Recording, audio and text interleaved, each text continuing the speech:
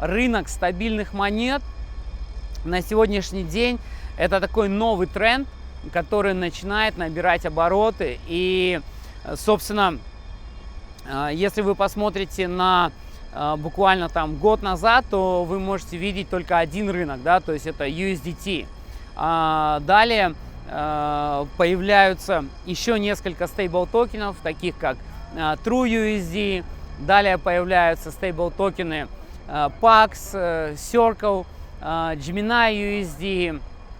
И, собственно, все эти стабильные валюты, стабильные монеты показали огромный рост буквально за предыдущих 4 месяца. Так вот, следующий наш инсайт заключается в том, что рынок стабильных монет, он будет только расти. И я думаю, что в очень скором времени сеттlemент, ну или расчеты между компаниями, между людьми, способы оплаты вот очень сильно будут интегрированы со всеми стабильными монетами. Почему? Потому что, во-первых, у стабильных монет нет никакого риска волатильности. Да, у USDT, например, есть какие-то отклонения 0.98, 0.97, 0.96, 1.01, 1.02. Но при этом как бы все равно все понимают, что там в принципе вокруг $1 все это крутится. Если мы смотрим на сторону регулируемых стабильных монет, таких как Gemini USD, таких как USDC или таких как PAX, то эти монеты имеют регуляцию, имеют компании, выпустившие этих монет, эмитенты, да, этих монет стабильных, они имеют трастовые лицензии, соответственно, фактически регулятор Америки гарантирует вам, что курс этих монет будет 1 к 1. Естественно, вы можете эти монеты обменять на других биржах на фиат за какую-то комиссию, либо заключив прямое соглашение напрямую с эмитентом, вы можете отправлять монеты и получать доллары на свой счет, либо наоборот отправлять доллары и получать монеты на свой кошелек. Соответственно, вот следующий как бы тренд, который сейчас растет и куда мы двигаемся, это рынок стабильных монет. И мы абсолютно четко уверены, что этот рынок будет и продолжать дальше расти. И сейчас уже в Японии хотят запустить стабильную монету на иену. Во многих других странах рассматривают возможность запуска своих стабильных монет на свои национальные валюты.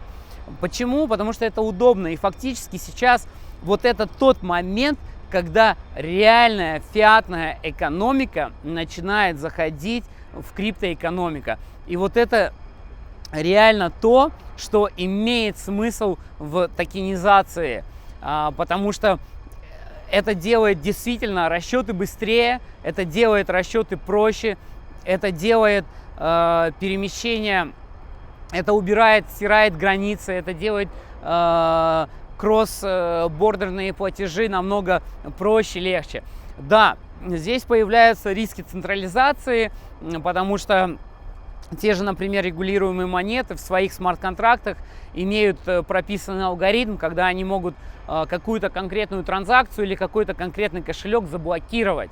То есть это открытый смарт-контракт, любой человек может проверить эту функцию смарт-контракта, она есть и такие риски есть. Но в целом пока еще не было прецедентов применения этой функции, но так того требует регулятор. И вот это вот следующий момент, который тоже, я думаю, будет вскоре применяться, потому что если уже FATCA внесла несколько там биткоин-адресов с Ирана или Ирака в черный список, то, скорее всего, вот эти фиатные ограничения потихонечку вместе с приходом в диджитал, вместе с приходом фиата в блокчейн, эти ограничения тоже будут потихоньку приходить. Но, тем не менее, это все равно стирает границы. Поэтому это вот следующий тренд. Дальше вы можете... Почему в целом как бы мы продолжаем верить во всю эту криптоисторию? Потому что при снижении цены биткоина, да, не будем вдаваться в подробности в другие криптовалюты, количество транзакций в сети не сильно падает. И особенно, если вы посмотрите на те же стейбл токены, USDT и другие, количество транзакций постоянно только растет, потому что пользователи поняли, обнаружили, что это действительно удобно. Вы покупаете стейбл токены, вы отправляете 10, 20, 30, 100 тысяч долларов через стейбл токены любому человеку в мире без каких-либо ограничений, без каких-либо бумаг, без каких-либо банков. И с другой стороны, платежные институты начинают приходить в эту историю. Если у вас есть аккаунт в какой-то платежной системе, и у вас есть монета, а эти монеты принимает эта платежная система, то вы можете зачислять эти монеты на аккаунт этой платежной системы и кредитной обычной картой рассчитываться так, как вы это делаете каждый день. При этом деньги, списываясь с вашей карты, фактически будут списываться с вашего кошелька в этой платежной системе.